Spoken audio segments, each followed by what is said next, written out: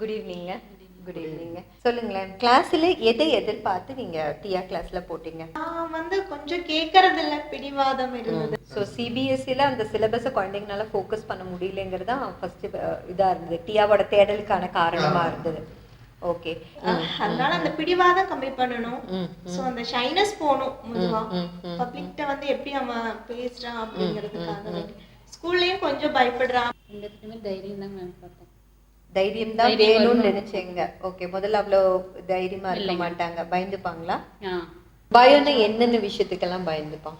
என்னன்னு கேட்டா சொல்ல மாட்டாங்க. யாரும் கூப்பிட்டாங்கன்னா பேசுவாங்க, ஆனா பேச சொன்னாலும் பேச மாட்டான். அமைதியாவே இருப்பாங்க. ஏதாவது ஒரு கொஸ்டின் கேட்டாலும் டக்குன்னு ஆன்சர் பண்ண மாட்டாங்க. இப்ப பரவாயில்ல. பயம் மீன்ஸ் இதுதான் மேம், சும்மா பேசுறதுக்கு தான் பயம். மத்தபடி வீட்ல எல்லாம் ஓகே, வெளியில வந்து அவன் கொஞ்சம் பயம். அதனால சோ மத்தவங்க கூட பேசுறதுக்கு பயந்துக்குவான். பேசுறதுக்கு பயந்துக்குவான். ஓகே, இருட்ட பார்த்தா பயம் இருந்தது. இருட்ட பார்த்தா பயம். இப்போ கொஞ்சம் பரவாயில்ல. ஓகே, ஆனா இப்போ வந்து நிறைய சேஞ்சஸ் தெரியுது. பேசுறது கூட வார்த்தை கூட விட்டு தான் வரும். ஆனா இப்போ வந்து நல்லா போல்டா பேசுறாங்க. ஓகே, எது வேணா ரைமிங்கா வருது வாய்ஸ். அந்த வித்தியாசம் தெரியுது. எவ்வளவு நாளுக்கு அப்புறம் பாத்தீங்க கிளாஸுக்கு போட்டு? கிளாஸ்ல போட்டு 1 மந்த்லயே உங்களுக்கு சேஞ்சஸ் தெரிய ஆரம்பிச்சிருச்சு? 3 மந்த்ஸே ஆயிடுச்சுங்களா? டிஆ போட்டு ஒரு 1 மந்த் சேஞ்சஸ் பாத்தீங்க? வித்தின் ஒரு 1 வீக்லயே ஓபனா பேச ஆரம்பிக்கிறதுல ஆரம்பிச்சு. பேசுற லாங்குவேஜ்ல பாடி லாங்குவேஜ், அப்புறம் அவங்க யூஸ் பண்ற வேர்ட்ஸ், சாய்ஸ் ஆஃப் வேர்ட்ஸ், இதெல்லாம் நிறைய மாறுது. 1 வீக்லயே உங்களுக்கு தெரிய ஆரம்பிச்சது. என்னென்ன சேஞ்சஸ்? அகாடமிக் சைடு பாத்தீங்களா இல்ல பிஹேவியர் சைடு பாத்தீங்களா? பிஹேவியர் சைடு எந்த பிரச்சனையும் இல்ல. நான் ஸ்கூல்லயே பாத்தீங்கன்னா ரொம்ப குறும்பு. நீங்க முதல்ல பார்த்த சேஞ்ச் எது? கொஞ்சம் பேசுறான், பப்ளிக் இப்ப நல்லாவே பேசுறான்.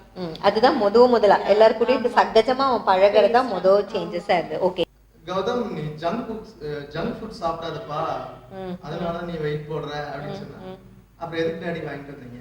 நீங்க வாங்கிட்டு வந்தது சாப்பிடறதுக்கு தான், சாப்பிடக்கூடாதுன்னு நீங்க சொல்றீங்க அப்படின்னு சொல்லுவோம்.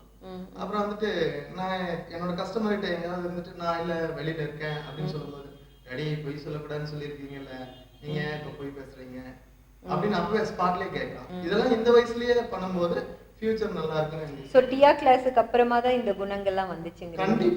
கண்டிப்பா. முதல்ல எந்த திங்ஸ் எடுத்தாலும் அப்படியே போட்டுருவான். இப்ப எடுத்தா அந்த பொருள் அங்க வைக்கணும்.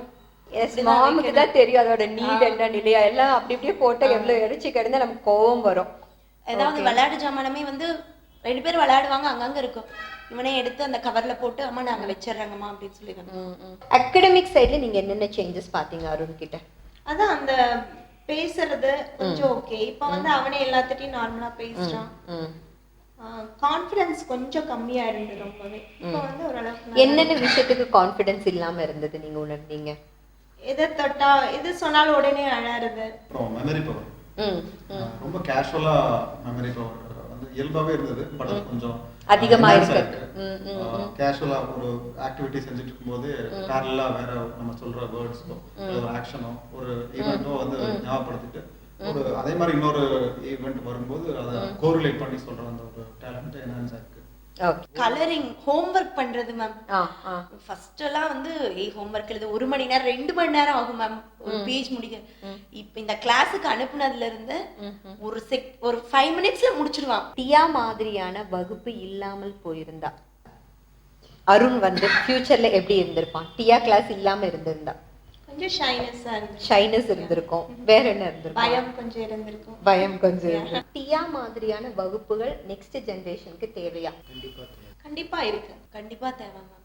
எதுக்காகன்னு சொல்லுங்க. ஸ்டூடெண்ட்ஸ் வந்து இன்னும் கொஞ்சம் பிரெயின் கொஞ்சம் டெவலப் பண்றதுக்கு நல்ல யூஸ்ஃபுல்லா இருக்கு. இது இப்போ சைல்டோட பிரெயின் வந்து அப் டு 14 ஏஜ் வரைக்கும் தான் ஃபுல்லா முழுசா கண்டிப்பா கட்டுறதுன்னு சொல்லுவாங்க. அப்ப அந்த ப்ராசஸ் வந்து முடிஞ்சிருச்சுன்னா அதுக்கப்புறம் நம்ம அதை ட்ரெயின் பண்றதுங்கிறது லைஃப்ல முடியாது. ஸோ இந்த ஏஜ்ல ஆஃப்டர் 5 இயர்ஸ் ஏஜ்ல அவங்களோட அந்த மூளையோட ஆக்டிவிட்டி பிரெயின் ஹோல் பிரெயினெல்லாம் ஆக்குறது. டிஆக்கு வந்து டிஆ கோர்ஸ்க்கு வந்து மார்க் கொடுங்க, டிஆக்கு மார்க் கொடுங்க, டிஆ கிளாஸ்க்கு மார்க் கொடுங்க அப்படின்னு சொன்னா அவுட் ஆஃப் 100 எவ்வளவு மார்க் கொடுப்பீங்க? 100 டவுட்டே வேண்டாம். எந்த வகையிலயும் உங்களுக்கு ஒரு டிஸ்அட்வான்டேஜ் வந்து ஃபீல் ஆனதே இல்லை. 100 200